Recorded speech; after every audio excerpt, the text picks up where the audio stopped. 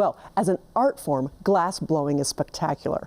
How an artist takes glass and turns it into beautiful shapes using fire is really, truly amazing. Now, there's an artist in town who wants to give people a chance to experience that glass blowing in person.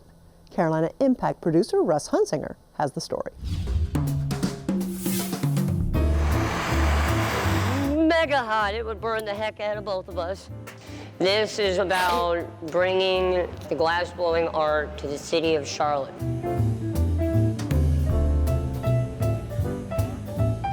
We have like a furnace that's full of molten glass, and we take 4.5-foot long steel blowpipes, or what they are called. It's kind of like a big honey dipper mixed with like a straw, and we go in there and we pull it out, and then we can manipulate it and turn it into anything we want. Glass is extremely unforgiving, and it's very challenging to do it and to make something and to do it consistently well. Nice job, Tammy. Thank you. We make it so anyone can do it. We do like the heavy lifting, most of the turning, so keeping your piece on center, making sure it blows up nicely, make sure you have the correct colors that will go well and correspond with each other. But then the rest is in your hands. You do all the blowing. It's one of the most unique experiences I think you can have in Charlotte. It's one of the cooler things that I've ever done here. I made one of the scalloped bowls. It was awesome. It was such a cool process because it had to flatten out like a plate first, and then it gets really wide and you drop it down and it scallops, and gravity does its magic. It's beautiful. More, a little more. Oh my goodness, here it goes. Stay on, stay on. What are you doing? You look out. It was great. It's the first time I've ever did anything like this. Didn't know what to expect when we first got here. We set it up as a team building thing, but it's really been fun. These guys that work with us have they have patience, they know their business, and it was a real great experience.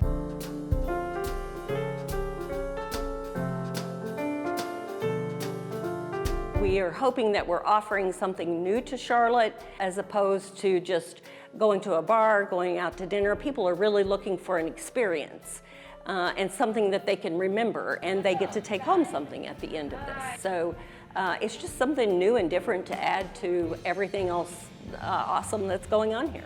We're trying to break the kind of the norm of date night, I suppose. You can get a dinner and a movie anytime. It's a rare occasion that you actually come in here and work with molten hot glass. It's not a common thing anyway. It's really difficult to continue to turn the glass, and you don't realize how hot it is. I had my sleeves rolled up, but even still, I had to rely on Jake a little bit so I could step back because I wasn't used to just that sheer amount of heat hitting me in the face. 2,200 degrees Fahrenheit?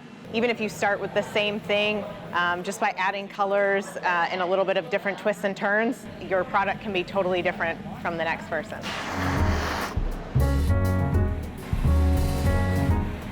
The public hears about it, and then they are excited that we're here, and so we bring them in to show them this magical process and everything that it can do, and who these people are, and that this is like still a real art form that's out there. There it is.